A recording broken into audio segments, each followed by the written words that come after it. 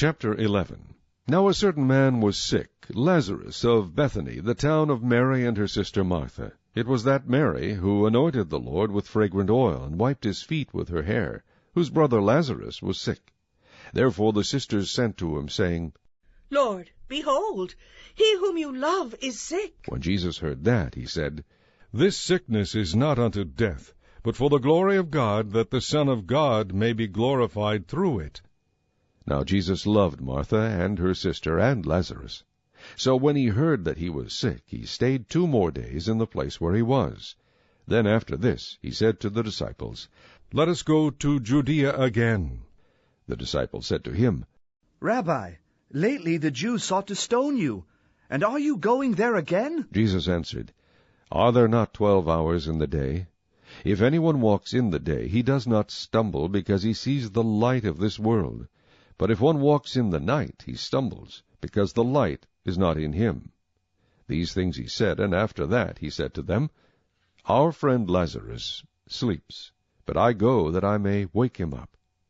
Then his disciples said, Lord, if he sleeps, he will get well. However, Jesus spoke of his death, but they thought that he was speaking about taking rest in sleep. Then Jesus said to them plainly, Lazarus is dead, and I am glad for your sakes that I was not there, that you may believe.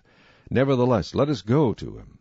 Then Thomas, who is called the twin, said to his fellow disciples, Let us also go, that we may die with him. So when Jesus came, he found that he had already been in the tomb 4 days.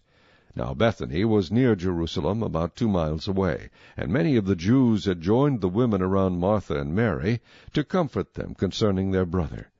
Then Martha, as soon as she heard that Jesus was coming, went and met him, but Mary was sitting in the house. Now Martha said to Jesus, Lord, if you had been here, my brother would not have died. But even now I know that whatever you ask of God, God will give you. Jesus said to her, Your brother will rise again. Martha said to him, I know that he will rise again in the resurrection at the last day. Jesus said to her, I am the resurrection and the life. He who believes in me, though he may die, he shall live. And whoever lives and believes in me shall never die. Do you believe this? She said to him, Yes, Lord.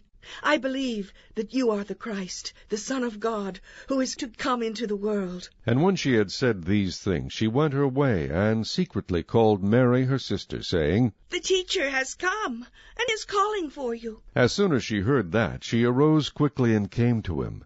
Now Jesus had not yet come into the town, but was in the place where Martha met him. Then the Jews who were with her in the house and comforting her, when they saw that Mary rose up quickly and went out, followed her, saying, She is going to the tomb to weep there. Then when Mary came where Jesus was and saw him, she fell down at his feet, saying to him, Lord, if you had been here, my brother would not have died.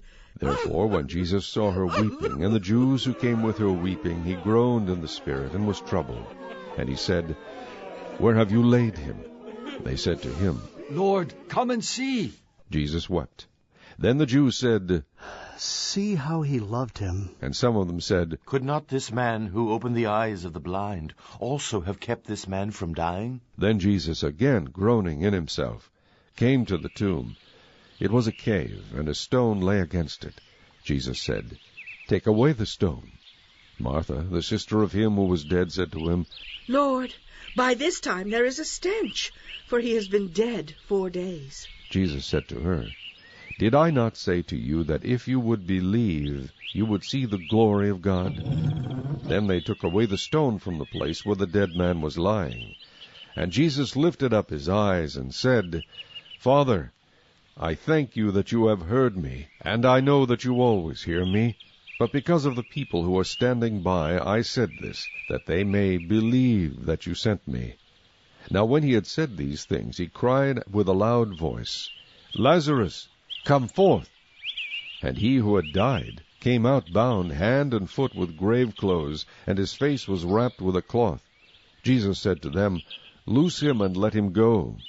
Then many of the Jews who had come to Mary and had seen the things Jesus did believed in him. But some of them went away to the Pharisees and told them the things Jesus did.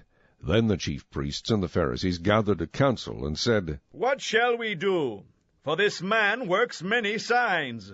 If we let him alone like this, everyone will believe in him, and the Romans will come and take away both our place and nation. And one of them, Caiaphas, being high priest that year, said to them, You know nothing at all, nor do you consider that it is expedient for us that one man should die for the people, and not that the whole nation should perish. Now this he did not say on his own authority, but being high priest that year, he prophesied that Jesus would die for the nation, and not for that nation only, but also that he would gather together in one the children of God who were scattered abroad. Then from that day on they plotted to put him to death. Therefore Jesus no longer walked openly among the Jews, but went from there into the country near the wilderness to a city called Ephraim, and there remained with his disciples. And the Passover of the Jews was near, and many went from the country up to Jerusalem before the Passover to purify themselves.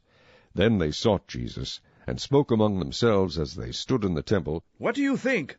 That he will not come to the feast? Now both the chief priests and the Pharisees had given a command that if anyone knew where he was, he should report it, that they might seize him.